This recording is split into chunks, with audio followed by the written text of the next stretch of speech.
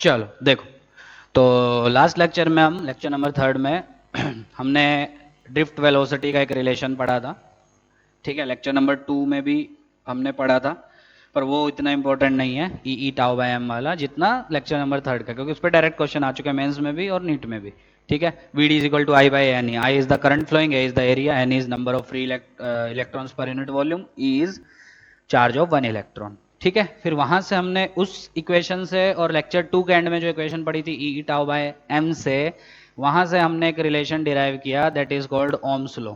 ठीक है, तो ओम्स लॉ का हमने प्रूफ देखा वहां से और देखा V डायरेक्टली प्रोपोर्शनल आता है I के। V क्या था, हम जो स्टार्टिंग से ही पढ़ रहे हैं, V that was potential difference applied across the conductor. तो जब भी कंडक्टर के अक्रॉस पोटेंशियल डिफरेंस अप्लाई होगा तो उसमें से क्या फ्लो करेगा, करंट फ्लो करेगा। V चेंज करोगे I चेंज होगा, ना कि R चेंज होगा। ये मैं बार बार बोल रहा हूं तो ध्यान देना। I चेंज करोगे तब भी V चेंज होगा आपका, आर चेंज नहीं होगा। आर डिपेंड करता है डायमेंशंस पे, मटेरियल पे, टेम्परेचर पे। कैसे, वही आज के लेक्चर की स्टार्टिंग में हम देखेंगे। फिर उसके बाद सर्किट्स करेंगे, बहुत मजा आने वाला है आज आज और अगले अब लेक्चर्स में। ठीक है, वो करने से पहले मैंने एक क्वेश्चन दिया था, उम्मीद है किसी का हो गया होगा। ठीक है, क्वेश्चन कुछ ऐसा था, एक फ्रस्टम था हमारे पास और उस अजम्पशन का क्या यूज होगा वो भी हम देखेंगे, क्योंकि बिना उसके हम नहीं कर सकते, क्योंकि वो अजम्पशन हमको लेनी ही पड़ेगी। ये लेंथ हमको दी हुई थी L, radius of cross section very कर रही थी लीनियरली, ये क्वेश्चन में मेंशन था A से B तक। ठीक, क्वेश्चन था कि रेजिस्टेंस निकालो, रेजिस्टिविटी रो दी थी। आंसर मैं बता देता हूं इसका।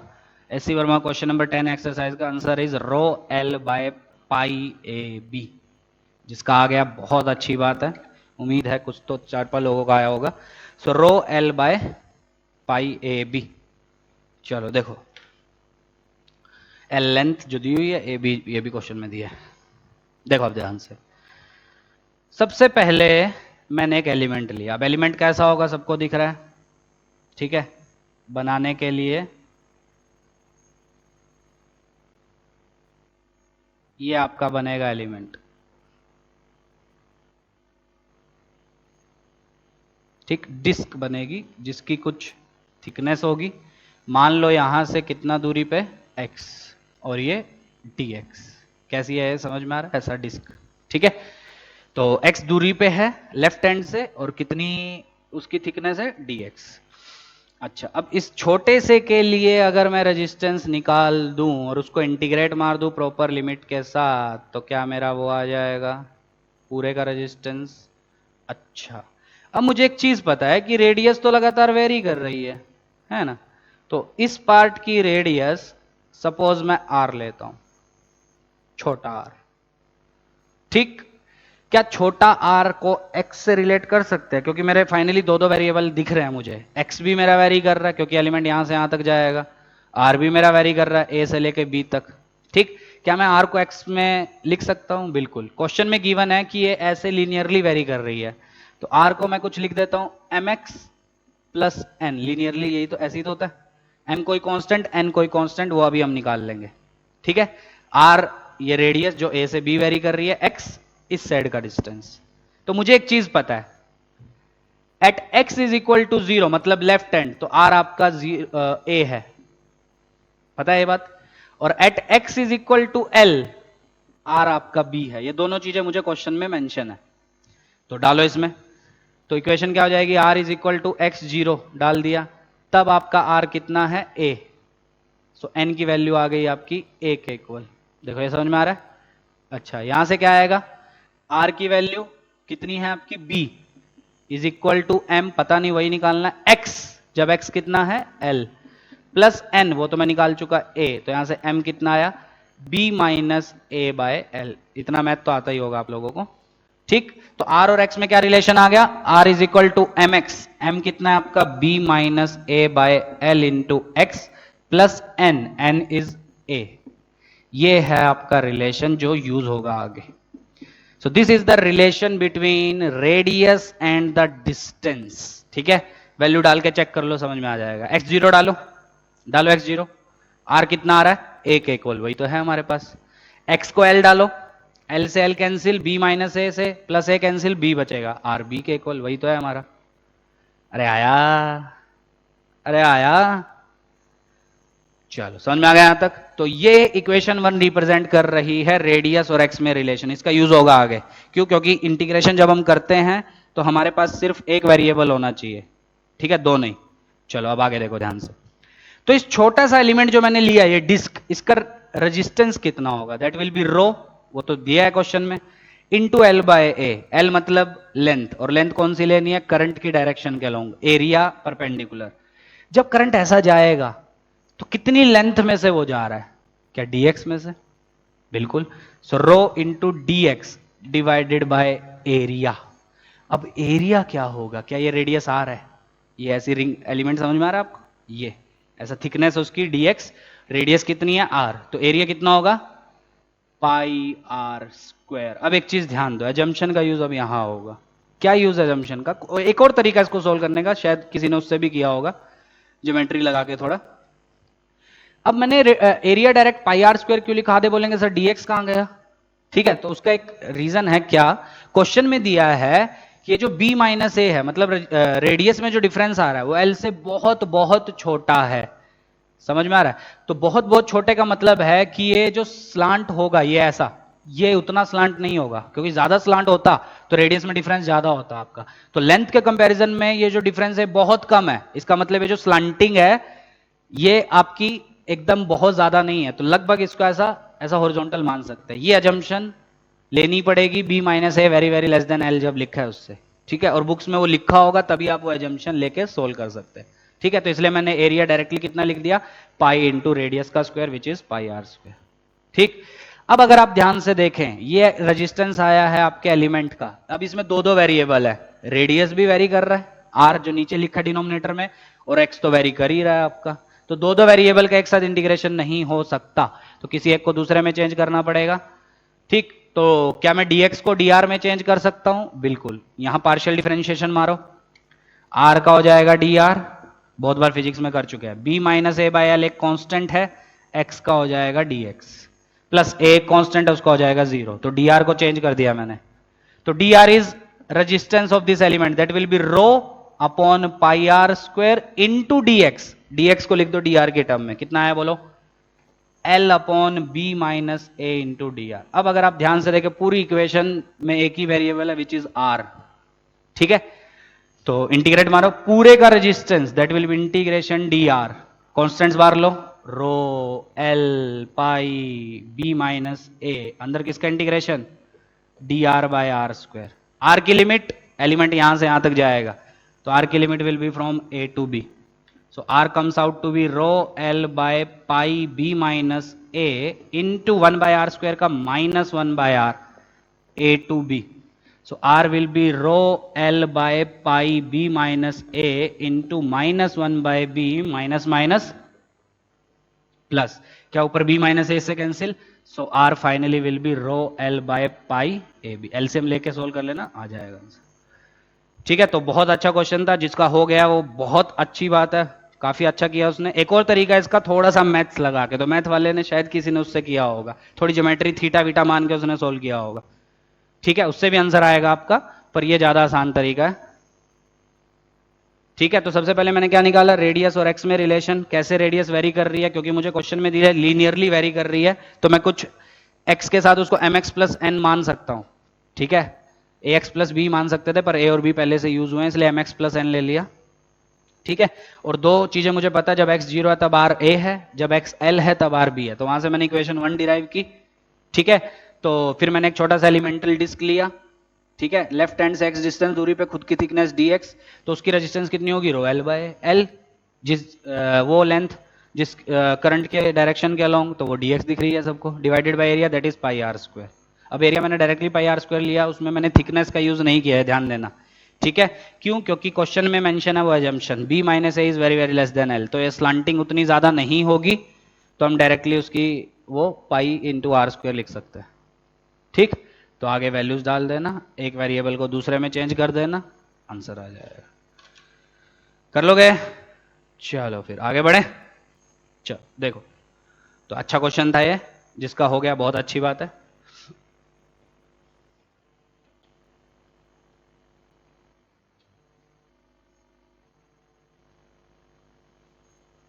चलो आगे बढ़ते हैं। अब इसके एक दो क्वेश्चन और आपकी बुक्स में होंगे, नीट में तो कभी नहीं आते हैं इसके ज़्यादातर, ठीक है। एडवांस की बुक और नोटबुक में मिलेंगे, बुक मतलब बुक में, तो उसको सोल्व कर लेना।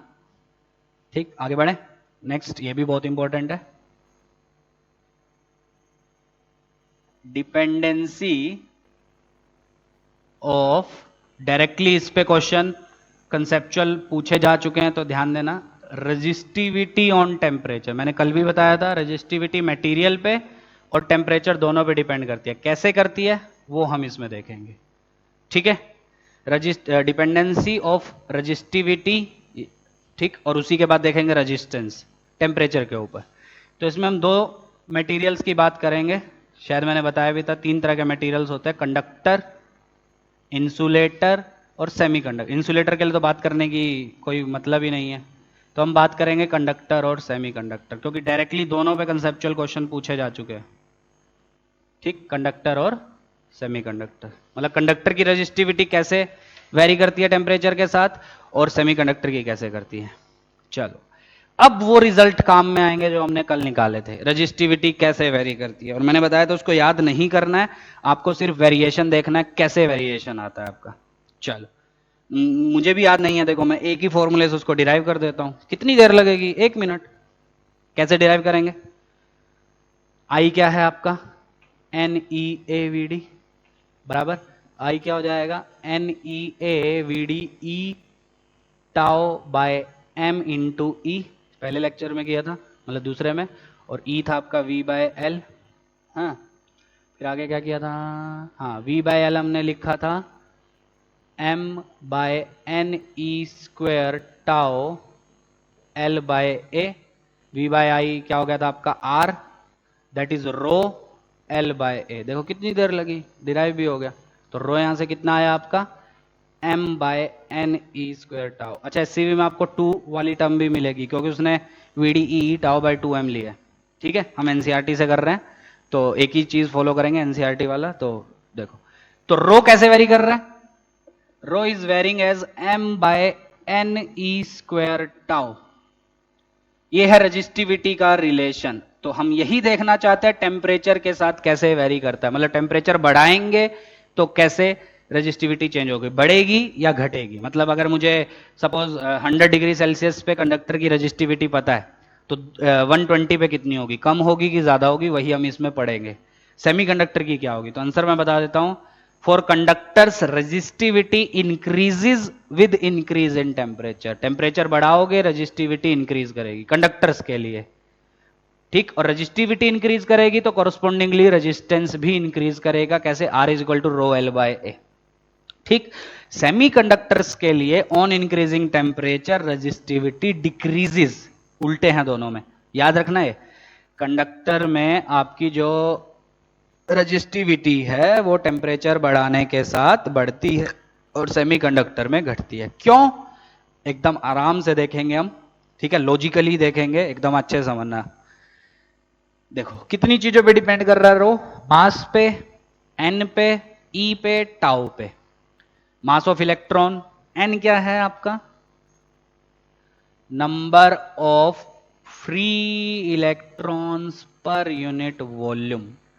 टाउ क्या है आपका, relaxation time, time taken between 2 successive collisions, है ये सब पता है ना। चलो अब देखते हैं क्या चीज कैसे वेरी करती है। चलो बारी बारी से बात करते हैं, सबसे पहले बात करते हैं कंडक्टर्स के लिए।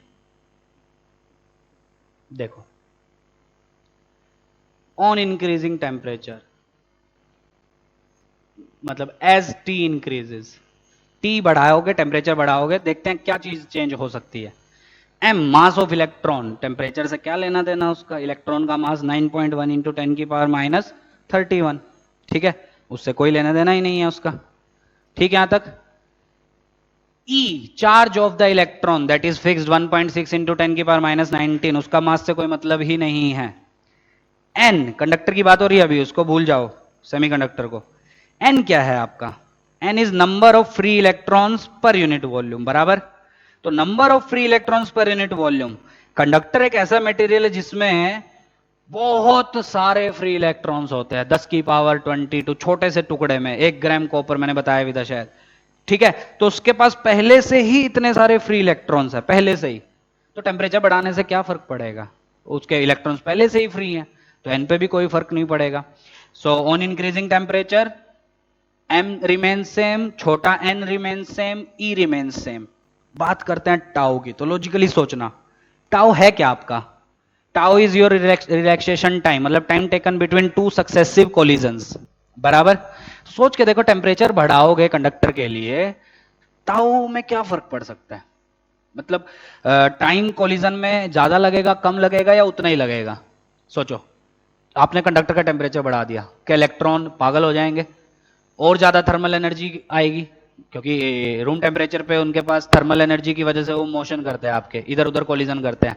क्या जैसे टेम्परेचर बढ़ाओगे इलेक्ट्रॉन्स और तेजी से मूव करेंगे, उनकी एनर्जी और ज्यादा होगी, लॉजिकल है, केमिस्ट्री में शायद पढ़े भी होगे।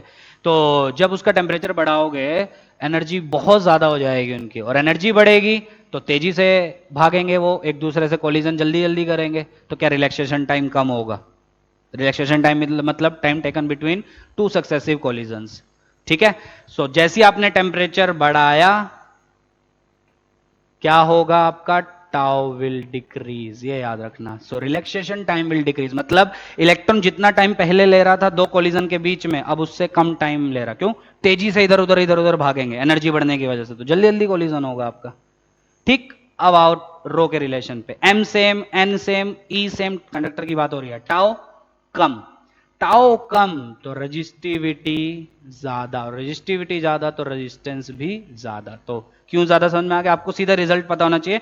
On increasing the temperature in a conductor its resistance as well as its resistivity increases, या उल्टा, डिक्रीज करोगे टेम्परेचर तो रजिस्टिविटी और रेजिस्टेंस दोनों क्या करेंगे आपके, डिक्रीज करेंगे। कैसे करते हैं, डिपेंडेंसी क्या है वो थोड़ी देर बाद देखेंगे, पर करते क्या है वो समझो, ठीक है। तो कंडक्टर के लिए इंक्रीज करने पे इंक्रीज। अब बात करते हैं सेमीकंडक्टर्स की, चलो देखो अब बहुत ध्यान से, रो अभी भी इसी पे डिपेंड करेगा, रो का फॉर्मूला थोड़ी चेंज हो जाएगा, एम मास वो तो सेम ही रहेगा सेमीकंडक्टर के लिए भी, ई चार्ज ऑफ इलेक्ट्रॉन वो भी सेम। पर सेमीकंडक्टर्स ऐसे मटेरियल होते हैं जिसमें कुछ इलेक्ट्रॉन्स फ्री होते हैं, कुछ इलेक्ट्रॉन्स बाउंड होते हैं, बताया था मैंने, इंसुलेटर में सब बाउंड होते हैं, ठीक, कंडक्टर में सब फ्री होते हैं आपके, ठीक है, सेमीकंडक्टर में कुछ फ्री कुछ बाउंड, ठीक। अच्छा, टाउ पे क्या फर्क पड़ेगा, as temperature increases, first tau अभी भी डिक्रीज क्योंकि कोलिजन जल्दी जल्दी होंगे, ठीक। दूसरा, एन वहां पे चेंज नहीं हो रहा था क्योंकि पहले से ही फ्री इलेक्ट्रॉन्स है उसके पास, टेम्परेचर बढ़ाने से क्या फर्क पड़ेगा आपका, पहले से ही सारे इलेक्ट्रॉन फ्री हैं उसके पास। पर सेमीकंडक्टर में फर्क पड़ेगा इन पे, ठीक है। कैसे, क्यों एन पे फर्क पड़ेगा, सोच के देखो, क्या सेमीकंडक्टर में कुछ ही इलेक्ट्रॉन्स आपके फ्री हैं, कुछ बाउंड है, तो जैसे ही आप टेम्परेचर बढ़ाओगे, समझ में आ रहा है, जैसे ही आप टेम्परेचर बढ़ाओगे क्या बॉन्ड टूटेंगे आपके, तो क्या और इलेक्ट्रॉन्स आपके फ्री होते जाएंगे, ऑब्वियसली। तो ये हम डिटेल में सेमीकंडक्टर जब हम पढ़ेंगे तीन चार महीने बाद, 3 महीने बाद, तब आएगा, लास्ट चैप्टर में से एक है वो, उसमें भी डिटेल में आएगा। तो जैसे ही आप टेम्परेचर बढ़ाते हो तो आपके बॉन्ड्स टूटते हैं, ठीक है, बॉन्ड्स टूटते हैं तो और इलेक्ट्रॉन्स फ्री होने लगते हैं, तो नंबर ऑफ फ्री इलेक्ट्रॉन्स जो है वो बढ़ते जाते हैं आपके जैसे जैसे टेम्परेचर बढ़ाओगे। So as temperature increases tau obviously will decrease, and छोटा N, number of free charge carriers per unit volume, दे मतलब इट स्टार्ट्स इंक्रीजिंग, छोटा एन जो है वो आपका इंक्रीज होता है, क्यों, क्योंकि बॉन्ड्स टूटते हैं टेम्परेचर बढ़ाने पे, और बॉन्ड्स टूटेंगे तो आपके इलेक्ट्रॉन्स और फ्री होते जाते हैं, ठीक है, क्योंकि सेमीकंडक्टर में सारे इलेक्ट्रॉन पहले से फ्री नहीं है, कंडक्टर में होते हैं, सेमीकंडक्टर में कुछ बाउंड कुछ फ्री, तो टेम्परेचर बढ़ाने पे और ज्यादा फ्री होने लगते हैं, तो छोटा एन आपका बढ़ेगा, ठीक। एम सेम ई सेम। अब आओ वापिस, अब देखो दोनों फैक्टर एक दूसरे को अपोज कर रहे हैं, दोनों नीचे लिखे हुए हैं, एक बोल रहा है कि मैं खुद डिक्रीज हो रहा हूं तो मेरी वजह से रो इंक्रीज होना चाहिए, दूसरा बोल रहा है मैं खुद इंक्रीज हो रहा हूं तो मेरी वजह से रो डिक्रीज होना चाहिए, ठीक। एक बोल रहा है टाउ का फैक्टर क्या बोल रहा है, टाउ का फैक्टर बोल रहा है कि मेरी वजह से इंक्रीज होना चाहिए रो, और एन का फैक्टर बोल रहा है कि मेरी वजह से डिक्रीज होना चाहिए। तो किसकी बात मानी जाएगी, तो वो सब प्रैक्टिकल बातें हैं, ठीक है, कोई कुछ भी हो सकता है। तो प्रैक्टिकली क्या देखा गया कि जो फैक्टर एन वाला है वो ज्यादा डोमिनेटिंग है एज कंपेयर टू टाउ का जो फैक्टर है, मतलब टेम्परेचर बढ़ाने पे टाउ नो डाउट कम होता है आपका, पर वो उतना कम नहीं हो पाता जितने आपके number of free charge carriers बढ़ने लगते हैं, तो एन डोमिनेटिंग फैक्टर है, ठीक है। So this N is your dominating factor. तो किसकी बात सुनी जाएगी? टाउ बोल रहा है मेरी बात सुनो, एन बोल रहा है मेरी बात सुनो, तो किसकी बात सुनोगे? एन की बात सुनोगे, क्योंकि एन रिलेटिवली ज्यादा इंक्रीज करता है टेम्परेचर बढ़ाने पे। ठीक, तो एन की बात जब आप सुनोगे और एन खुद क्या हो रहा है? इंक्रीज, तो रो विल डिक्रीज। ठीक है, तो इसका अल्टीमेटली कंक्लूजन क्या है? Rho will decrease and hence R will also decrease. तो दोनों के रिजल्ट उल्टे हैं। कंडक्टर में टेम्परेचर बढ़ाने पे रो और रेजिस्टेंस दोनों इंक्रीज होंगे। कैसे डिपेंड करता है वो अभी 2 मिनट में देखेंगे।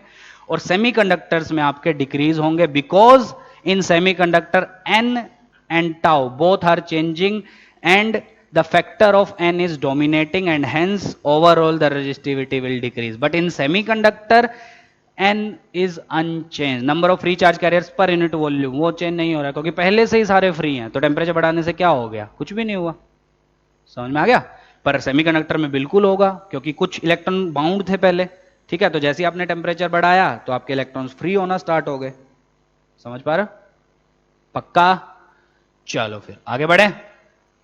अब देखते हैं डिपेंडेंसी है कैसी। तो अपनी नोटबुक में लिख लेना है अच्छे से। कंसेप्चुअल क्वेश्चन नीट वाले पूछ चुके हैं, पास्ट ईयर उठा के देखना। On increasing temperature resistance of semiconductor dash, तो पता होना चाहिए डिक्रीजेस। ठीक है, या कंडक्टर डैश इंक्रीजेस। क्यों? सामने सब लिख दिया मैंने। अब कैसे डिपेंड करता है, अब ध्यान से सुनना।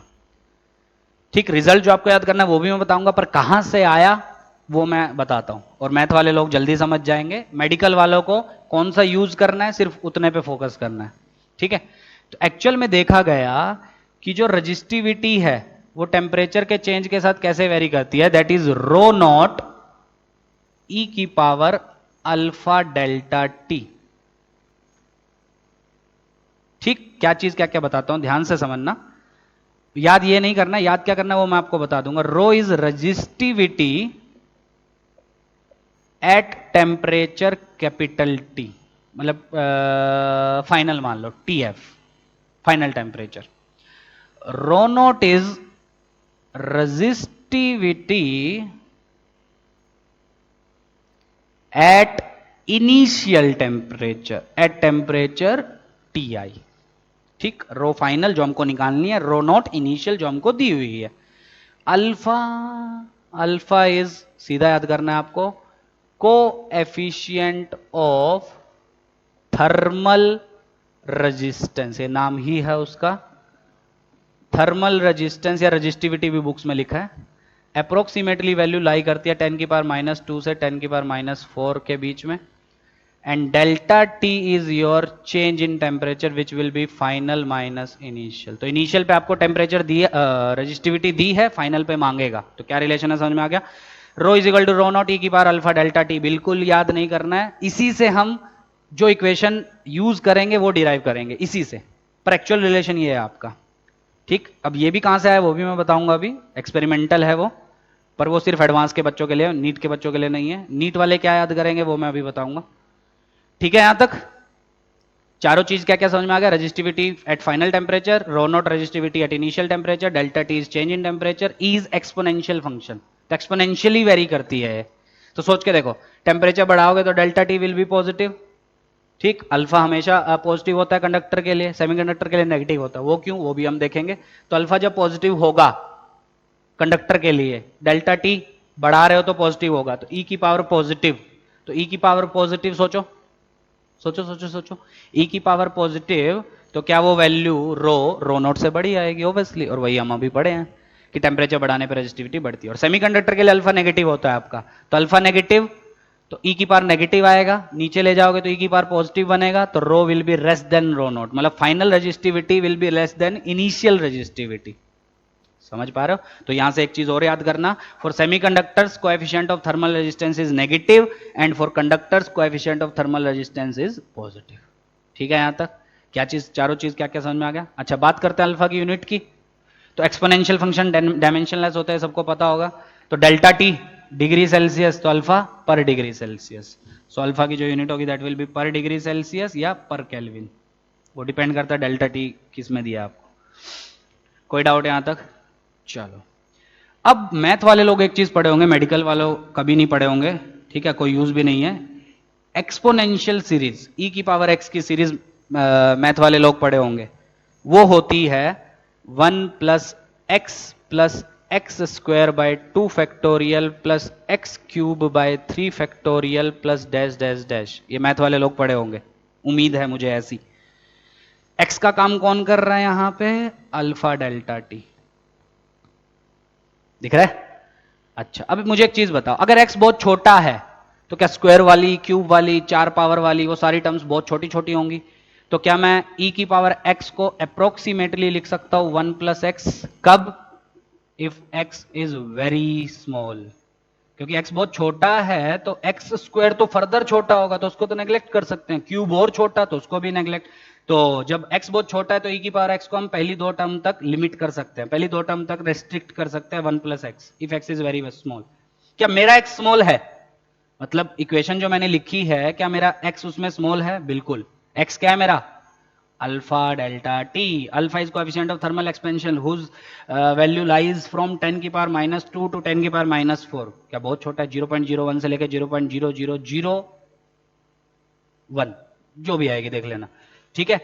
और delta T change in temperature, कितना टेम्परेचर चेंज करोगे? 100 डिग्री, ठीक है, 200 डिग्री, 300 डिग्री सेल्सियस, ठीक है। पर अल्फा डेल्टा टी तो छोटा ही आएगा ना, क्योंकि वो 10⁻⁻² से लेकर -4 के बीच में। तो अगर मेरा x बहुत छोटा है तो एक्सपोनेंशियल की सीरीज यहां तक हम रेस्ट्रिक्ट कर सकते हैं, ठीक।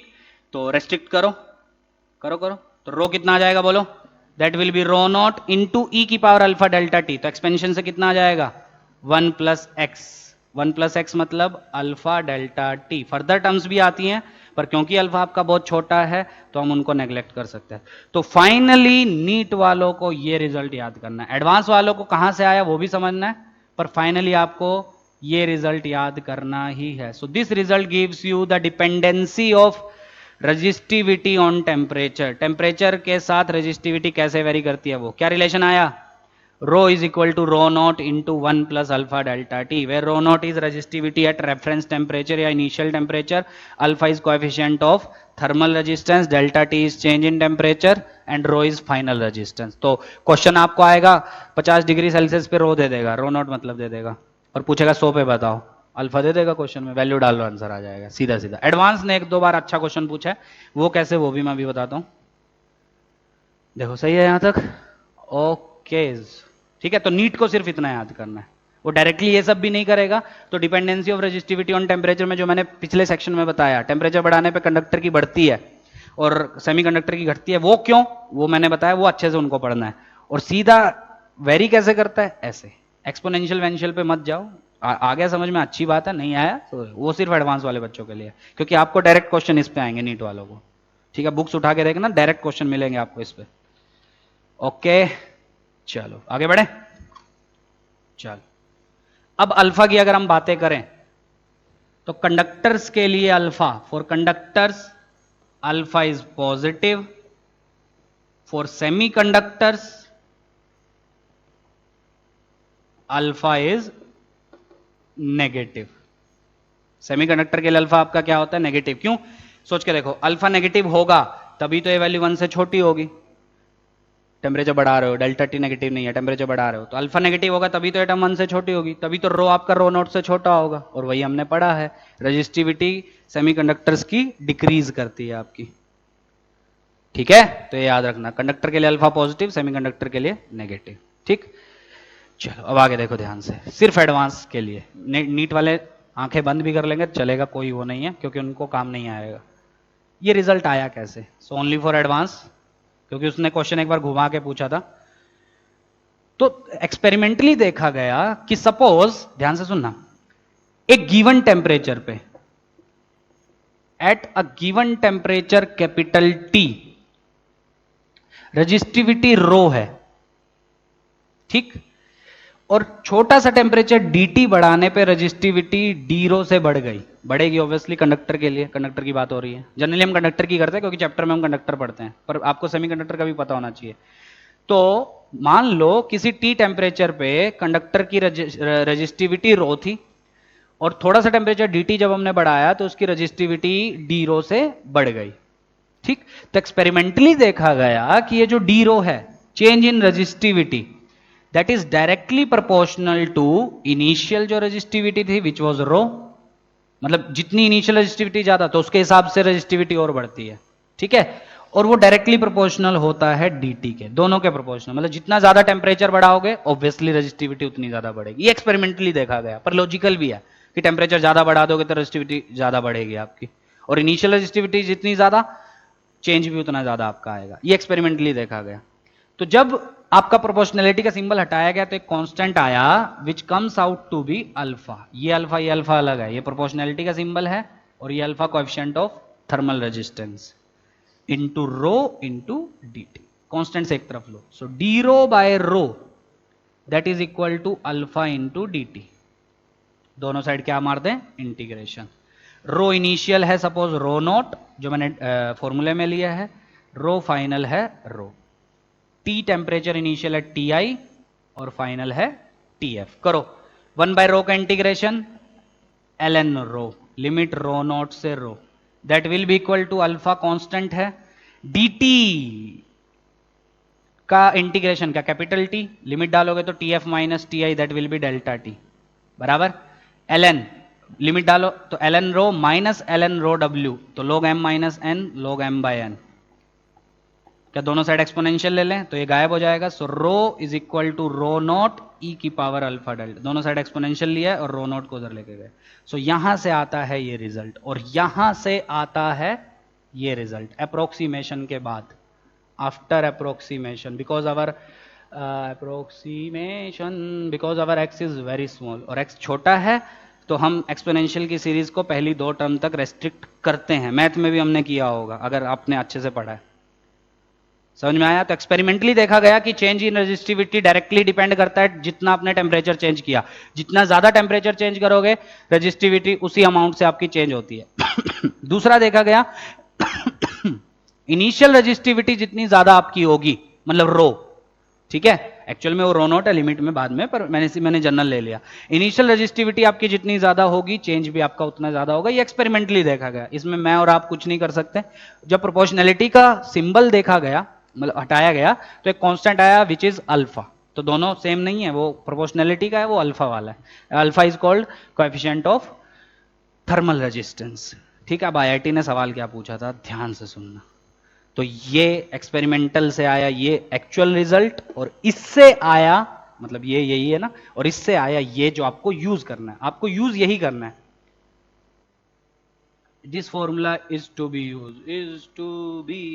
यूज्ड, समझ में आ गया।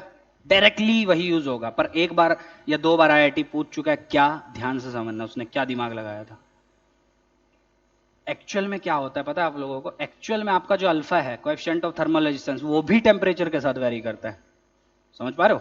जो आपका अल्फा है वो भी टेम्परेचर के साथ वेरी करता है। देखो हमने इंटीग्रेशन में अल्फा कांस्टेंट लेके dt का इंटीग्रेशन t लिखा था, लिमिट डाली थी डायरेक्ट, अल्फा हमने बाहर ले लिया था, पर एक्चुअल में आपका अल्फा भी टेम्परेचर का वेरी करता है। वो अलग बात है, उतना वेरी नहीं करता है, मतलब अल्फा पहले से ही बेचारा 10 की पावर -2 से -4 की रेंज का है, ठीक है। तो टेम्परेचर बढ़ाने पे वो चेंज होता है, पर उस हिसाब से चेंज नहीं होता है, तो इसलिए हम उसका जो वेरिएशन है वो नेग्लिजिबल मान के हम 99.9999% न्यूमेरिकल्स करते हैं अल्फा कांस्टेंट मान के, और क्वेश्चंस आप पढ़ोगे तो उसमें अल्फा कांस्टेंट देगा आपको। पर एक बार आईआईटी ने बोला था कि अल्फा वेरिएबल है, चलो ठीक, और कैसे वेरी कर रहा है टेम्परेचर के साथ वो भी आपको दिया है, कुछ भी मान लो t² - 2t ऐसा कुछ टेम्परेचर के साथ वेरी कर रहा है। तो तब उसने पूछा था अब निकालो कि अगर मुझे इनिशियल रेजिस्टिविटी दी है तो फाइनल कितनी होगी। अब आपको जाना पड़ता स्टेप्स से, तो इसलिए मैंने बोला सिर्फ एडवांस, नीट के कभी सपने में भी मत सोचना कि कभी आ जाएगा, इसलिए मैंने लिखा है सिर्फ एडवांस के बच्चे ध्यान दें इस पे। उसने एक बार कर दिया था कि अल्फा उसने टेम्परेचर के साथ वेरी करवा दिया था, तब पूछा था बताओ फाइनल रेजिस्टिविटी कितनी है if you were given the initial resistivity.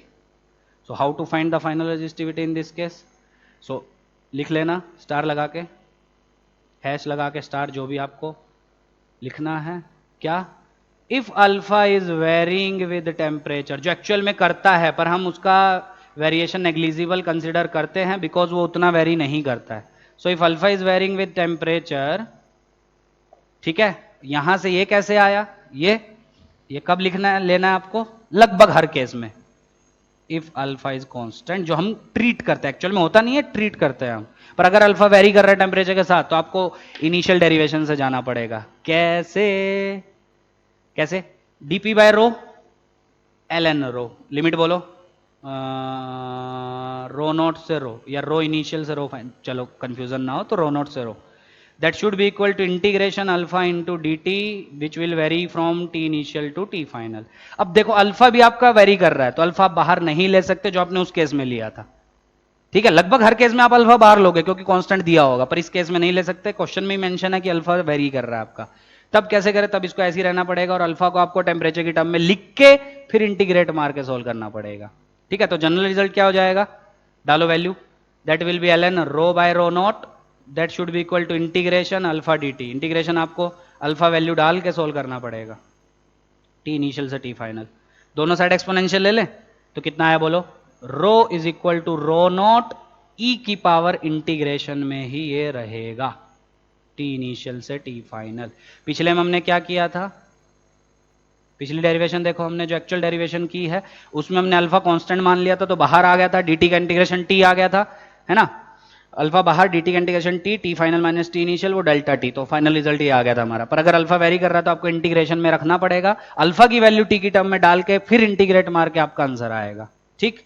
और एक्सपोनेंशियल आपको यूज नहीं करना है, फिर यहां से रिजल्ट क्या आ जाएगा आपका, अप्रोक्सीमेशन लेके, एक्सपोनेंशियल वाली अप्रोक्सीमेशन लो, इसके बाद एडवांस के बच्चों की बात हो रही है सिर्फ, तो अगर वो एक्सपोनेंशियल वाला अप्रोक्सीमेशन लेंगे तो उनका रो का आंसर आ जाएगा rho naught into 1 plus integration alpha D T T initial से टी फाइनल, ये है जनरल रिजल्ट। तो आप अगर यही याद रखना चाहते हो तो बेटर है क्योंकि इससे दोनों आपके डिफाइन हो जाएंगे। कैसे, अगर अल्फा आपका कांस्टेंट है तो इंटीग्रेशन से बाहर ही आ गया, और डी टी का integration T which will be delta t after putting the limits, so it will come out to be rho is equal to rho naught into 1 plus alpha delta t which is a general result, और जो आपको 99.9% numericals में use करना है। पर advance तो advance है, उसने एक बार पूछ लिया था कि अल्फा वेरी कर रहा है, तब बताओ कैसे करोगे। आया अब समझ में, कोई समस्या तो मजा आया। तो कैसे रेजिस्टेंस वेरी कर रही है, कैसे रेजिस्टिविटी वेरी कर रही है, समझ में आ गया। नीट वालों के लिए एकदम सरल, उनको सिर्फ वो रिजल्ट यूज करना है, rho is equal to rho naught into 1 plus alpha delta T. Rho naught क्या है वो पता होना चाहिए, अल्फा क्या है वो पता होना चाहिए, डेल्टा टी क्या है वो पता होना चाहिए, सिंपल। और कंडक्टर के लिए अल्फा आपका पॉजिटिव होगा, क्यों होगा वो भी मैंने बता दिया, ठीक है, हर चीज के पीछे लॉजिक है। सेमी कंडक्टर के लिए अल्फा आपका नेगेटिव होगा। कोई डाउट यहां तक, पक्का? चलो फिर आगे बढ़े, चलो एक क्वेश्चन करते हैं, ये सेक्शन खत्म करते हैं, फिर जंप करते हैं हम लोग सर्किट्स की तरफ। अब मजे आने वाले हैं आपके, तो आज थोड़ा सा स्टार्ट हो जाएगा और कल तो पूरा लेक्चर ही उसी पे जाएगा, ठीक है। तो अभी तक जो हुए हैं पहले 2 लेक्चर्स को छोड़ के बाकी सारे इंपॉर्टेंट, पहले 2 भी हैं ऐसा नहीं है, क्योंकि वो इंट्रो आपको बताते हैं ड्रिफ्ट वेलोसिटी क्या होती है, चार्ज और करंट में क्या रिलेशन है, पर उससे डायरेक्ट उठ के सवाल कभी नहीं आता। डायरेक्ट क्वेश्चन आता है ड्रिफ्ट वेलोसिटी का वो फॉर्मूला जो हमने लेक्चर 3 में पढ़ा, ठीक है। आज जो हमने डिपेंडेंसी पढ़ी उस पर कंसेप्चुअल आते हैं, क्यों वेरी करता है, कैसे वेरी करता है, एक्सपोनेंशियली कैसे आया वो सब, ठीक। तो एक क्वेश्चन करते हैं, इस पर खत्म करते हैं उसको। क्वेश्चन क्या है मजेदार, ध्यान से सुनना।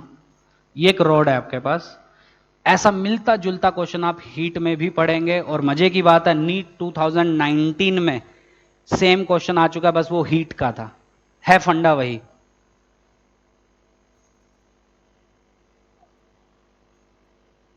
अच्छा हाँ, ये पढ़ने से पहले क्वेश्चन अभी लिख लेना।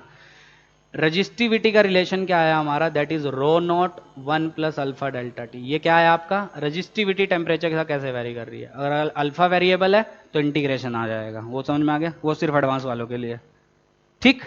अल्फा कंडक्टर के लिए पॉजिटिव होगा, सेमीकंडक्टर के लिए नेगेटिव, क्यों, क्योंकि सेमीकंडक्टर के लिए टेम्परेचर बढ़ाने पर डिक्रीज करती है। अच्छा अब आधे बोलेंगे सर चलो रजिस्टिविटी का तो समझ में आया, कैसे डिराइव हुआ वो भी हमने एक्सपोनेंशियली देख लिया, ठीक है। रजिस्टेंस का वेरिएशन कैसे होता है, क्योंकि मुझे पता है रजिस्टिविटी भी बढ़ती है कंडक्टर के लिए, रेजिस्टेंस भी बढ़ती है, सेमीकंडक्टर के लिए रजिस्टिविटी घटती है, रेजिस्टेंस भी घटती है आपकी, ठीक। तो आधों को मन में डाउट होगा कि सर रेजिस्टेंस का बताओ क्या होने वाला है, तो वो क्या होने वाला है वो मैं बताता हूं। क्या रेजिस्टेंस आपका होता है रो एल बाय ए, तो टेम्परेचर बढ़ाने पर रो का रिलेशन ये है, तो आर का क्या होगा, आर का भी ऐसा ही हूबहू result, that is R is equal to R naught 1 plus alpha delta T, where R is resistance at temperature T, R naught is resistance at temperature initial वाला T I, alpha is coefficient of thermal resistance and delta T is change in temperature. तो जो रो का relation वैसा ही are का, क्यों? क्योंकि R is equal to rho L by A, तो जैसा रो का रिलेशन आता है वैसा ही आर का भी आपका रिलेशन आता है। ठीक, कोई डाउट? डाउट इसमें होना चाहिए आपको, सब बच्चों को, मतलब किसी के मन में मुझे लगा कि आया होगा कि R is equal to rho L by A, कि सर चलो ठीक है, आपने बोला कि यार रो एल बाय ए होता है, बिल्कुल सही, हमको भी पता है वो रो एल बाय ए होता है, बचपन से पढ़ते आ रहे हैं। रो आपने बताया, बचपन में हम नहीं पढ़े थे, आपने अब बताया कि रो टेम्परेचर के साथ कैसे वेरी करता है, एक्सपेरिमेंटली देखा गया, फिर एक्सपोनेंशियली रिजल्ट निकाला गया, एक्सपोनेंशियल में अप्रोक्सीमेशन ली गई, तो वो कुछ ऐसा रिजल्ट आया जो मैंने ऊपर लिखा है। ठीक, वो भी हमने मान लिया, चलो ठीक है, ठीक, वो भी सही है रिजल्ट। पर वहां से आपने रेजिस्टेंस का डायरेक्ट कैसे निकाल दिया? वो एल और ए पे भी तो डिपेंड कर रहा है, वो सिर्फ रो पे डिपेंड थोड़ी ना कर रहा है। ये डाउट आया होगा बहुत लोगों के माइंड में कि सर रेजिस्टेंस रो पे भी डिपेंड करता है, डायमेंशंस पे भी डिपेंड करता है। बिल्कुल है, ठीक है, तो आपने तो रो के हिसाब से ही रेजिस्टेंस डायरेक्ट निकाल दिया। ठीक, ये बात तो समझ में नहीं आई कि एल और ए इस पे तो डिपेंड फिर कर ही नहीं रहा वो। तो आंसर क्या है इसका, बहुत ध्यान से सुनना। वैसे हीट अगर आपने पढ़ा होता तो आपको ये आ चुका होता अभी तक हीट, क्योंकि अभी नहीं पढ़ा हमने, तो मैं बताता हूं क्या होता है। एक्चुअल में क्या होता है, जब आप कंडक्टर का टेम्परेचर बढ़ाते हो तो नो डाउट रजिस्टिविटी बढ़ती है। कैसे बढ़ती है वो हमने डिटेल में अभी देखा। ठीक, पर एक चीज और है कि जैसे आप कंडक्टर का टेम्परेचर बढ़ाओगे, शायद ये भी आप पढ़ चुके होगे, उसकी लेंथ भी बढ़ती है आपकी, मतलब लीनियर एक्सपेंशन भी उसमें होता है और उसका एरिया भी बढ़ता है। ये एक्चुअल में होता है कि जब आप किसी कंडक्टर को हीट करते हो तो उसकी लेंथ, मतलब वो एक्सपेंड कर जाता है, आपको उसकी लेंथ बढ़ती है, नो डाउट। एरिया भी बढ़ता है, नो डाउट, मतलब सुपरफिशियल एक्सपेंशन होता है उसमें। ठीक है, ये हम पढ़ेंगे हीट में। तीन तरह का एक्सपेंशन होता है, लीनियर, सुपरफिशियल एंड क्यूबिकल, मतलब वॉल्यूम एक्सपेंशन। ठीक है, उनके हिसाब से तीन तरह के कोएफिशिएंट भी आते हैं आपके, alpha, beta, gamma, where alpha is coefficient of linear expansion, beta is coefficient of superficial expansion and gamma is coefficient of cubical expansion या वॉल्यूम एक्सपेंशन। समझ में आ रहा है? तो वॉल्यूम जब निकालना होगा तो गामा यूज करेंगे, सुपरफिशियल मतलब एरिया में जब चेंज निकालना होगा तो बीटा यूज करेंगे, और लेंथ में निकालना होगा तो अल्फा यूज करेंगे। ठीक है, और उसका भी रिलेशन कुछ ऐसा ही है, बताता हूं मैं, हीट में डिटेल में आएगा, अभी मैं सिर्फ बता दे रहा हूं क्या, कि जब भी आप किसी कंडक्टर को हीट करते हो तो उसकी लेंथ इस रिलेशन के अकॉर्डिंग चेंज होती है। Final length is equal to initial length into 1 plus alpha delta T. और एरिया कैसे चेंज होता है, final area is equal to initial area into 1 plus beta delta T. ये एक्चुअल में आपके रिजल्ट्स हैं जो आप पढ़ोगे हीट में, जब आप हीट पढ़ोगे, थर्मल एक्सपेंशन पढ़ोगे। तो अब सवाल उठता है कि सर टेम्परेचर बढ़ाने पे लेंथ तो चेंज हुई आपकी, बढ़ गई बल्कि, है ना, और टेम्परेचर बढ़ाने पे एरिया भी बढ़ा, तो कंडक्टर के साथ भी यही होना चाहिए कि टेम्परेचर बढ़ाया तो उसकी लेंथ भी बढ़नी चाहिए, एरिया भी बढ़ना चाहिए, बिल्कुल होना चाहिए। तो फिर आपने सीधा रो से आपने आर कैसे लिख दिया, एल और ए में तो चेंज ही नहीं कंसिडर किया। तो उसका एक रीजन है, क्या, बस सुनना आप ध्यान से। अल्फा यहाँ पे क्या होता है, ये अल्फा और वो अल्फा अलग अलग है। ये अल्फा होता है आपका coefficient of linear expansion, coefficient of linear expansion, और ये होता है कोएफिशिएंट ऑफ सुपरफिशियल। और वो अल्फा क्या है जो आज हम पढ़ रहे हैं, जो हम इस चैप्टर में पढ़ रहे हैं, that is coefficient of thermal resistance. अब सुनना ध्यान से, इस अल्फा की जो रेंज होती है वो मैंने बताई थी 10 की पावर -2 से 10 की पावर -4 के बीच में होती है, और ये अल्फा की रेंज होती है 10 की पावर -4 से 10 की पावर -6 के बीच की, पर डिग्री सेल्सियस। सोचो अल्फा किसका, कौन सा वाला अल्फा बड़ा, कोएफिशिएंट ऑफ थर्मल रेजिस्टेंस वाला या कोएफिशिएंट ऑफ लीनियर एक्सपेंशन वाला? कौन सा दिख रहा बड़ा? Obviously coefficient of thermal resistance वाला। ठीक है, अच्छा चलो ये समझ में आ गया मुझे, कोएफिशिएंट ऑफ थर्मल रेजिस्टेंस आपका बड़ा होता है, एक्सपेरिमेंटली ये सब देखा गया हमने। ठीक है, अच्छा, तो फिर तो लॉजिकल है कि जब आप टेम्परेचर बढ़ाओगे, क्या कोएफिशिएंट ऑफ थर्मल रेजिस्टेंस ज्यादा होने की वजह से as compare to coefficient of linear और कोएफिशिएंट ऑफ सुपरफिशियल एक्सपेंशन, तो क्या मैं बोल सकता हूं रजिस्टिविटी में चेंज ज्यादा आएगा एज कंपेयर टू जो लेंथ और एरिया में चेंज आएगा? क्यों? Because alpha and beta are less as compare to this alpha, so the variation in length and area will be very small as compare to the variation in resistivity. समझ में आ गया? So as alpha comma beta are small as compared to coefficient of thermal resistance So variation in rho is large as compared to variation in L, A। Length और area में variation होता है, no doubt, ऐसा नहीं है कि नहीं होता है, बिल्कुल होता है। लेंथ बढ़ती है, एरिया भी बढ़ता है, पर उतना नहीं बढ़ता है जितना आपका रजिस्टिविटी बढ़ता है, बिकॉज ऑफ लार्ज अल्फा। ठीक है, तो क्या मैं बोल सकता हूं, hence variation in L and A are neglected. तो रो के वेरिएशन के सामने L और A के वेरिएशन नेग्लेक्ट किए जाते हैं, इसलिए R लिखते समय आप क्या लिखेंगे, final rho into final L divided by, क्या लिखोगे आप बोलो, final R will be final rho into final L by final A। Final rho कितना हो जाएगा, rho naught into 1 plus alpha delta T. ये तो वेरिएशन पढ़ चुके हम। फाइनल लेंथ उसका चेंज हम नहीं लेंगे, वो L ही लेंगे। फाइनल एरिया उसका भी चेंज नहीं लेंगे, ऐसा नहीं है चेंज नहीं होते हैं, पर हम नेग्लिजिबल मानेंगे ही मानेंगे। ठीक है, और रो नॉट एल बाय क्या हो जाएगा, पुराना रेजिस्टेंस, तो आर डैश आपका क्या हो जाएगा, rho naught L by which will be R naught into 1 plus alpha delta, वही मेरा यहां पे लिखा हुआ। समझ में आया आप? तो इतनी बड़ी कहानी की जरूरत नहीं है, सिंपल याद रखो कि हम उसका जो वेरिएशन है वो नेग्लेक्ट करते हैं। होता है, ऐसा नहीं है, दिमाग में बिल्कुल डाउट आना चाहिए आपके कि सर आपने ये कंसिडर क्यों नहीं किया, रो से ही डायरेक्ट आर कैसे निकाल दिया। ठीक है, वेरिएशन होता है पर हम उसको नेग्लेक्ट करते हैं। ठीक, तो क्वेश्चन पे वापस आते हैं। मार्कर कहां चला गया, चलो क्वेश्चन पे वापस आते हैं। तो क्वेश्चन क्या है, हमारे पास दो रोड्स हैं अलग अलग मटेरियल की, डिफरेंट मटेरियल, मतलब दोनों सेमीकंडक्टर हैं या दोनों कंडक्टर हैं या एक सेमीकंडक्टर एक कंडक्टर, क्या कुछ भी हो सकते हैं, मटेरियल अलग अलग है, डिफरेंट मटेरियल्स। लेंथ है LA, इसकी LB। ऐसा सेम क्वेश्चन आ चुका है आपका नीट 2018 में, बस उसमें हीट का यूज हुआ, 19 में सॉरी, उसमें हीट का यूज हुआ था, ये रजिस्टर में है। सेम एकदम सेम हूबहू क्वेश्चन है। Area of cross section uniform है दोनों का, वो है A। इसकी रजिस्टिविटी है रो A, इसकी रजिस्टिविटी है रो B।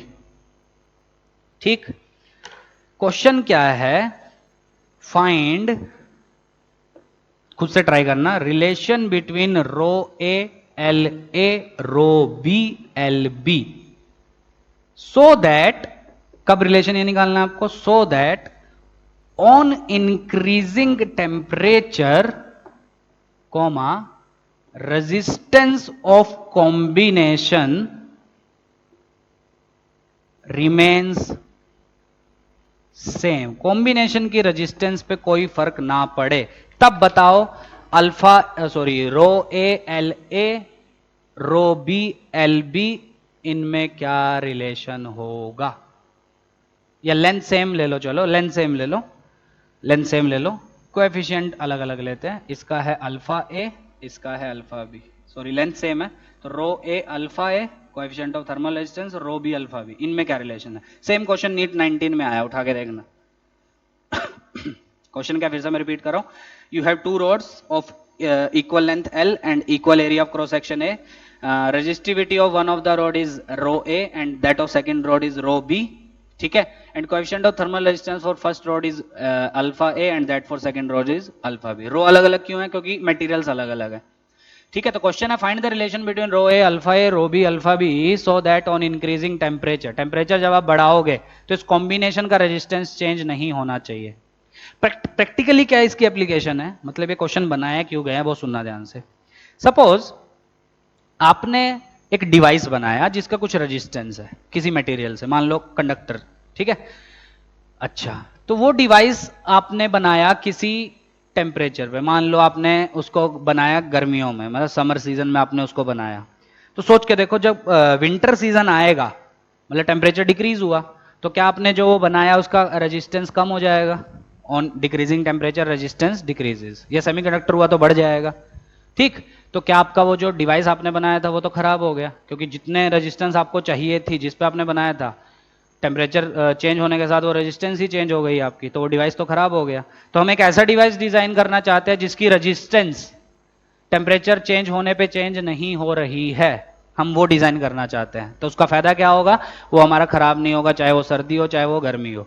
तो वो हम कैसे वो चीज अटेन कर सकते हैं, वो चीज कैसे हम हासिल कर सकते हैं, मतलब रेजिस्टेंस चेंज ना हो, तो हम कोई दो मटेरियल्स का कॉम्बिनेशन यूज कर सकते हैं। अब लॉजिकल है कि दोनों मटेरियल्स कंडक्टर नहीं हो सकते, क्यों, क्योंकि अगर दोनों कंडक्टर हुए तो टेम्परेचर घटाने पे दोनों की रेजिस्टेंस घटेगी, तो रेजिस्टेंस तो सेम कभी हो ही नहीं सकती, और हम तो चाहते हैं सेम हो।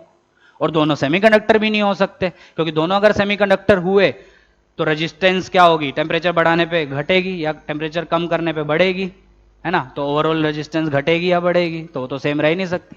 तो कॉम्बिनेशन में क्या क्या रहा होगा, एक कंडक्टर और दूसरा सेमीकंडक्टर, ये हम प्रूव भी करेंगे। तो अगर हम एक कंडक्टर और एक सेमीकंडक्टर का कॉम्बिनेशन ले लेते हैं, तो हम क्या, जो हम चाहते हैं वो हम हासिल कर सकते हैं। हम क्या चाहते हैं, टेम्परेचर चेंज करने पर रेजिस्टेंस चेंज ना हो कॉम्बिनेशन की, तो वो हम हासिल कर सकते हैं। और ऐसा हम क्यों चाहते हैं, ताकि हमारा जो डिवाइस है वो खराब ना हो, रीडिंग्स खराब ना दे, क्योंकि टेम्परेचर चेंज करने पर रेजिस्टेंस चेंज हो जा रही है आपकी। ठीक, तो निकाल लिया आंसर। आंसर मैं बता देता हूं क्या है।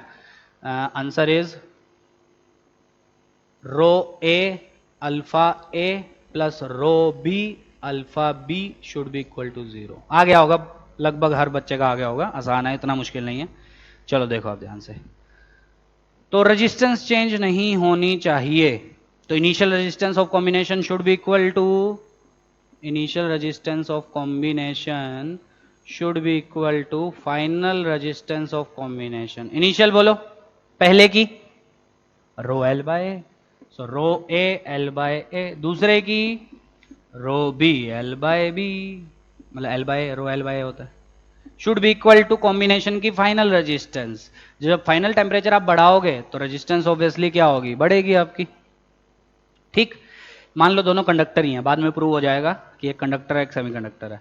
तो फाइनल रेजिस्टेंस क्या लिखोगे, final resistivity into length by length, और एरिया में चेंज हम नेग्लिजिबल मानते हैं।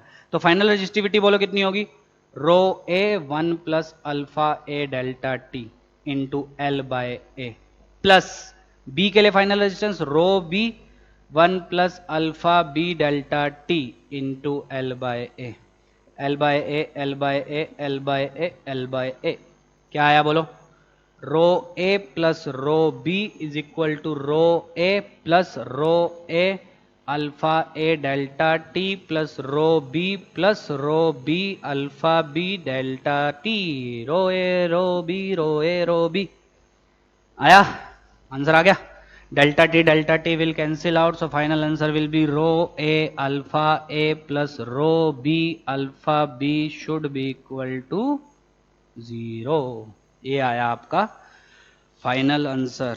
ठीक है, या उल्ट ऐसा भी लिख सकते हैं यहां से कि alpha A should be equal to minus rho B alpha B by rho A. और सबको पता है रजिस्टिविटी नेगेटिव नहीं होती है, ना बी की ना ए की, तो ये पॉजिटिव होंगे। तो रो ए का साइन रो बी से उल्टा आएगा, मतलब coefficient of thermal resistance of A is negative of coefficient of thermal resistance of B. तो अगर एक की अल्फा पॉजिटिव है दूसरे की अल्फा नेगेटिव, तो जो हम चाहते हैं डिजायरेबल रिजल्ट कैसे आएगा, वो तब आएगा जब आप दो ऐसे मटेरियल्स यूज करेंगे जो एक कंडक्टर होगा दूसरा सेमीकंडक्टर, ताकि कॉम्बिनेशन का रेजिस्टेंस चेंज ना हो। और हम ऐसा क्यों चाहेंगे, ताकि हमारा जो डिवाइस है वो खराब ना हो। ओके, पूरा टॉपिक समझ में आ गया। आज पूरा लेक्चर इसी पे लग गया, dependency of resistivity on temperature. ठीक, चलो आगे बढ़े। अब आते हैं हमारा मजेदार चीज सर्किट्स के ऊपर। तो अब अगले 3-4 लेक्चर हम सिर्फ सर्किट्स पढ़ेंगे, फिर सेल्स, फिर चैप्टर आपका खत्म। ठीक है, लास्ट में बचेगा पोटेंशियोमीटर, मीटर ब्रिज, छोटे छोटे टॉपिक्स। ठीक है, मतलब 6-7-8 लेक्चर और लगेंगे ज़्यादा ज़्यादा। ठीक है, 6-7 लेक्चर में हो जाना चाहिए, 8 लेक्चर में। चलो देखो अब आगे ध्यान से। सर्किट्स पढ़ते हैं आप ध्यान से। तो रेजिस्टेंस का सिंबल क्या होता है, ये होता है कैपिटल आर, मान लो कुछ भी 4 ओम, तो ऐसे लिखा जाता है। ठीक है, और पोटेंशियल डिफरेंस अप्लाई करोगे इसके अक्रॉस, सपोज कितना है यहाँ पे 5 वोल्ट, यहाँ पे 2 वोल्ट, सो कितना पोटेंशियल डिफरेंस है, 3 वोल्ट। पोटेंशियल डिफरेंस की यूनिट पता है ना सबको, वोल्ट, जो पोटेंशियल डिफरेंस पिछले चैप्टर में हमने पढ़ा था। तो ओम्स लॉ क्या बोलता है, कितना करंट फ्लो करेगा? अच्छा, पहली चीज, दो तीन चीज आपको पता होनी चाहिए, रेजिस्टेंस का सिंबल, ठीक है, यूनिट्स क्या, ओम। दूसरी चीज आपको पता होनी चाहिए कि जब भी आप रजिस्टर के अक्रॉस पोटेंशियल डिफरेंस अप्लाई करोगे तो उसमें से करंट फ्लो करेगा, किस डायरेक्शन में आपको पता होना चाहिए, क्योंकि ये बहुत बार पूछा जा चुका है कि करंट की डायरेक्शन बताओ, तो जिसको पता ही नहीं है वो कभी नहीं कर सकता। So current will flow from high potential to low potential, हमेशा लो से हाई कभी नहीं करता, हाई से लो, ये हम ड्रिफ्ट वेलोसिटी में अच्छे से देख चुके हैं, ठीक है। तो ये हाई पोटेंशियल, ये low potential, so current will be given by V by R according to Ohm's law. So V is potential difference, that will be 3 divided by resistance which is 4. So current flowing through the resistor is 0.75 and unit will be ampere. ठीक है, अरे बोलो, चल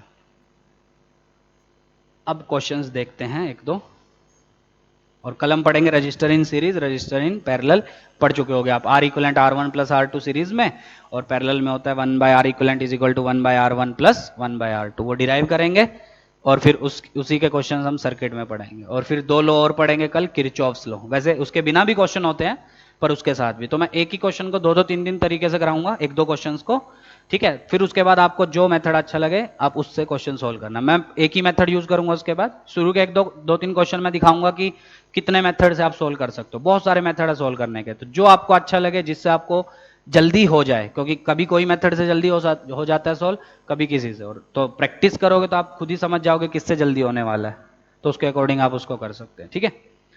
तो एकदम easy question से start करते हैं, धीरे धीरे लेवल मुश्किल करते जाएंगे। Suppose this is our resistance 6 ओम,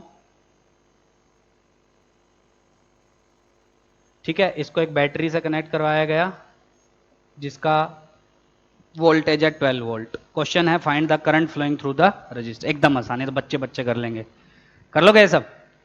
तो क्या है फंडा, फिर से मैं बताता हूं, ये मान लो 0, ये आपको क्या बताएगा, लो पोटेंशियल, और बड़ा जो डंडा है वो आपको बताता है हाई पोटेंशियल। सो ये जो लो पोटेंशियल से कनेक्टेड है, ये वाला पॉइंट ए नाम दे दो या जो भी नाम, इसको पोटेंशियल 0 मान सकते हैं, ऐसा नहीं है कि 0 मानोगे या कुछ और मानोगे तो गलत हो जाएगा, आप कुछ भी मान सकते हैं, ठीक है, पर सबसे आसान होता है 0 मानना, वही मैंने बताया था। तो ये 0, तो क्या इसका वोल्टेज 12 है, और ये वाले साइड हाई पोटेंशियल पे होगी, कितना हाई होगा इससे, 12 हाई होगा, 12, ठीक। अब ये 12, तो यहां का पोटेंशियल भी 12 होगा, ये पोटेंशियल लिख रहे हैं हम, क्यों 12 होगा यहां का, because resistance of a conducting wire is negligible, so according to Ohm's law potential difference across a conducting wire is 0, ये हमेशा याद रखना, न्यूमेरिकल्स में मैंने बोला था लास्ट लेक्चर में काम आएगा। सो क्या बोलते हैं, across a conducting wire potential difference is 0, एक कंडक्टिंग वायर के अक्रॉस आपका जो पोटेंशियल डिफरेंस होता है वो क्या होता है, 0, बराबर है यहां तक, ये 0 तो ये 0। अब आधों को क्या होता है, इतने जोश में रहते हैं वो लोग, ये 0 तो बोल देंगे ये भी 0, नहीं, अरे बीच में रजिस्टर है भाई, और रजिस्टर है तो करंट फ्लो करेगा, क्योंकि आप पोटेंशियल डिफरेंस दे रहे हो, ठीक, करंट फ्लो करेगा तो आपको पता है कि उसके अक्रॉस, मतलब उल्टा मैं बोल रहा हूं कि करंट अगर उससे फ्लो कर रहा है तो ऑब्वियसली उसके अक्रॉस पोटेंशियल डिफरेंस होगा, और पोटेंशियल डिफरेंस होगा तो ये 0 तो ये 0 कैसे हो सकता है। तो एक चीज हमेशा याद रखना, जब भी आप रजिस्टर से होके गुजरेंगे, जब भी आप रजिस्टर से होके गुजरेंगे तो एक एंड पे अगर पोटेंशियल कुछ और है तो दूसरे एंड पे वो नहीं होगा, ठीक है। एक कंडक्टिंग वायर के अक्रॉस सेम होगा, बीच में रजिस्टर नहीं लगा है यहां पे देखो, ठीक है, डायरेक्टली वायर है, तो अगर रजिस्टर होता तब यहां पे 12 तो यहां 12 नहीं होता, समझो इस बात को, अगर यहां कोई रजिस्टर है, यहां 12 वोल्ट पोटेंशियल है, तो यहां 12 आप नहीं लिख सकते, ठीक है, कुछ अलग होगा, या तो हाई या लो, अगर करंट ऐसा जा रहा है तो यहां पे कम होगा 12 से, क्योंकि हाई से लो फ्लो करता है, और अगर करंट रजिस्टर से ऐसा निकल रहा है, ठीक है, तो ये हाई होता आपका 12 से ज्यादा, पर 12 नहीं होता,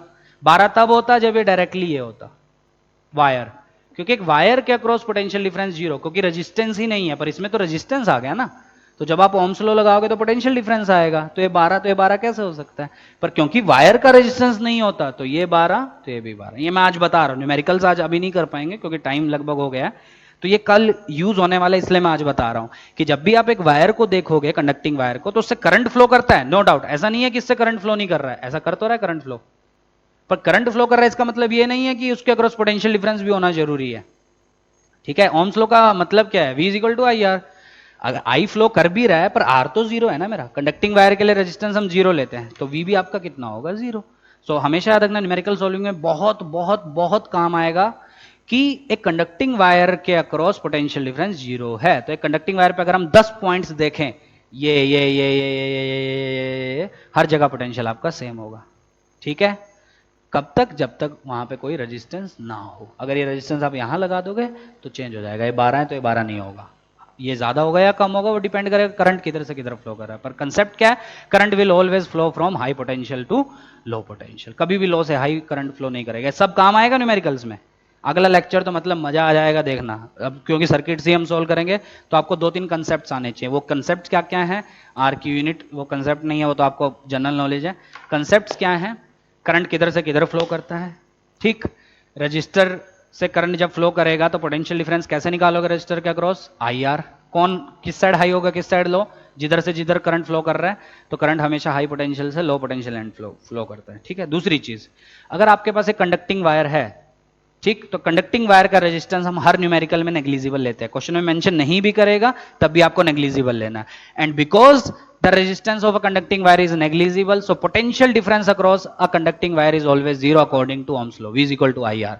ठीक है, तो अगर एक एंड पे पोटेंशियल 12 वोल्ट है तो उस वायर के दूसरे एंड पे भी 12 वोल्ट होगा, या एक एंड पे 10 वोल्ट है दूसरे एंड पे भी 10 वोल्ट, पर बशर्ते, कंडीशन क्या है, इतनी हिंदी आती है ना, बशर्ते उस वायर पे कोई रेजिस्टेंस लगा नहीं होना चाहिए, कोई रजिस्टर लगा नहीं होना चाहिए। ठीक है, सिर्फ वायर होनी चाहिए, तब पोटेंशियल डिफरेंस सेम होगा। ठीक, दूसरी चीज हम क्या करते हैं, जब भी हमको बैटरी दी होती है सर्किट में तो हम बैटरी के लो पोटेंशियल को 0 वोल्ट ले लेते हैं इजी करने के लिए। आप जीरो की जगह -10, -20, +10, +10/3, +20/3 कुछ भी ले सकते हैं, पर जीरो लेना ज्यादा आसान होता है, कोई कैलकुलेशन इजी हो जाती है। तो बैटरी के छोटे वाले डंडे के उधर जो पोटेंशियल होगा, लाइन होगी छोटे वाली, वो लो पोटेंशियल रिप्रेजेंट करती है, पता है सबको, वहां का पोटेंशियल हम जीरो लेते हैं। तो बैटरी 12 वोल्ट की है तो यहां का जब हमने जीरो लिया तो ऑटोमेटिकली यहां का 12 ज्यादा होगा। ठीक है, तो +12, यहां का 12, तो वायर के लिए यहां भी 12 होगा, क्योंकि वायर के अक्रॉस पोटेंशियल डिफरेंस नहीं होता। यहां का 0 तो यहां का भी 0। अब क्वेश्चन पे वापस आते हैं, छोटा सा बच्चा सा क्वेश्चन। अब बताओ 6 ओम के अक्रॉस पोटेंशियल डिफरेंस कितना आया? 6 ओम के अक्रॉस, तो potential difference across 6 ohm, that is 12 - 0, कितना आया बोलो? 12। और हाई पोटेंशियल ये लो, ये आपको पता चल चुका, तो आप करंट ऐसा फ्लो करो हाई पोटेंशियल से लो, तो कितना करंट फ्लो करेगा? क्वेश्चन वही था, that will be V/R according to Ohm's law. V potential difference 12, R उसका रेजिस्टेंस 6, तो कितना आया? 2 एम्पियर आया। समझे? तो बच्चों वाला है तो कोई भी कर लेगा, 9th-10th में भी किए होंगे सब। ठीक, अब इसका मतलब ये नहीं, आधे लोग कंफ्यूज हो जाएंगे कि सर आपने जीरो लिया, मैं तो नहीं लूंगा जीरो, मुझे तो जीरो से नफरत है। हाँ तो मत लो जीरो, ये 12 वोल्ट तो था, ये तो 12 वोल्ट है ना, तो मैं मानता हूं ये -6, कुछ भी मान लो आप, पर ये लो पोटेंशियल है। क्या ये वाला हाई पोटेंशियल?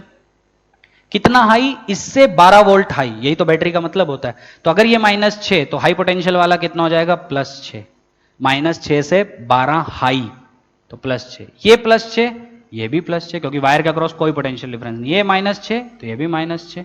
अब बताओ, ये हाई पोटेंशियल ले लो तो करंट तो ऐसे ही फ्लो करेगा, तो डायरेक्शन चेंज नहीं हो रही है, क्लॉकवाइज करंट फ्लो कर रहा है। कितना? V/R, V potential difference 6 -6 which is 12/6, that is 2। रटना नहीं है, अभी धीरे धीरे और मुश्किल है, तो कुछ नहीं है, मुश्किल क्या, कुछ भी नहीं है, तो बच्चों वाली है। ठीक, अब इसमें एक और पूछ सकता है, बैटरी उल्टी लगा दो, क्या फर्क पड़ता है, बैटरी ये लगा दो, छोटा डंडा इधर बड़ा डंडा इधर, ये 12 वोल्ट की बैटरी, अब करंट उल्टा फ्लो कर जाएगा। कैसे? अब देखो, ये -6 मानने से आसान लगा कि जीरो से तो डायरेक्टली आप माइनस कर सकते हो, इसलिए जीरो माना जाता है। ठीक है, तो ये मान लो जीरो, लो पोटेंशियल वाला, तो हाई वाला 12 ज्यादा होगा, तो ये 12, ये जीरो तो ये जीरो, क्योंकि across a wire potential difference 0 रहता है, ये 12 तो ये भी 12। ठीक, अच्छा आपको एक चीज पता है, पोटेंशियल एनर्जी में एक फंडा होता है कि रेफरेंस बदलोगे तो पोटेंशियल एनर्जी चेंज होती है, पर डिफरेंस आपका चेंज नहीं होता है, इसमें भी वही फंडा है। आप यहां 0 मान लो या -6 मान लो, तो हर जगह का पोटेंशियल बदलेगा, हर पॉइंट का, पर दो पॉइंट्स के बीच में पोटेंशियल डिफरेंस सेम नहीं होता। और अल्टीमेटली ओम्स लॉ लगाते वक्त हमको रजिस्टर के अक्रॉस क्या देखना होता है? Potential difference. So potential difference doesn't depends on किस पे, कि आपने यहां पे पोटेंशियल क्या लिया है, ठीक है, आप 0 ले लो तो यहाँ 12 हो जाएगा, आप यहाँ -12 ले लो तो यहाँ 0 हो जाएगा, आप यहाँ 12 ले लो तो यहाँ 24 हो जाएगा, पर दो पॉइंट्स के बीच में पोटेंशियल डिफरेंस सेम रहेगा।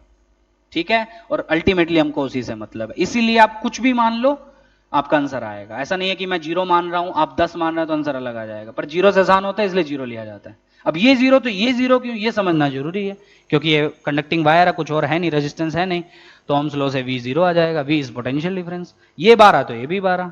अब बताओ कौन हाई पोटेंशियल, ये है, ये बिल्कुल ये, तो करंट अब ऐसा जाएगा, बैटरी से देख के लग ही रहा है। So I will be potential difference which is 12 minus 0 divided by resistance which is 6, again it comes out to be 2 ampere.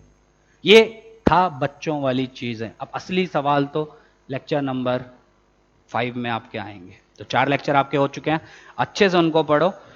ज्यादा मतलब अभी चैप्टर स्टार्ट ही हुआ है, ऐसा नहीं है, पर धीरे धीरे और अच्छा होता जाएगा। ठीक है, तो पहले 2 लेक्चर आपका सिर्फ बेस बनाने के लिए थे, थर्ड और फोर्थ ये लेक्चर आपके इंपॉर्टेंट है from examination point of view. ठीक है, अगले तो और ज्यादा इंपॉर्टेंट है। ठीक है, यहां से आए ना आए सवाल, अगले से तो आएंगे आएंगे, किरचॉफ्स लॉ जब हम पढ़ेंगे वो सब। ठीक, तो अच्छे से इसको पढ़ो। अभी कुछ क्वेश्चंस आपको दिएंगे नहीं, अभी इलेक्ट्रो की ही प्रैक्टिस करो और अच्छे से। ठीक है, कुछ 1-2 क्वेश्चन 10-12 इस पे बनेंगे तो मैं शीट उसकी अपलोड करूंगा, तो वो सोल्व कर लेना। ठीक है, तो बाकी नेक्स्ट क्लास में करते हैं। चलो।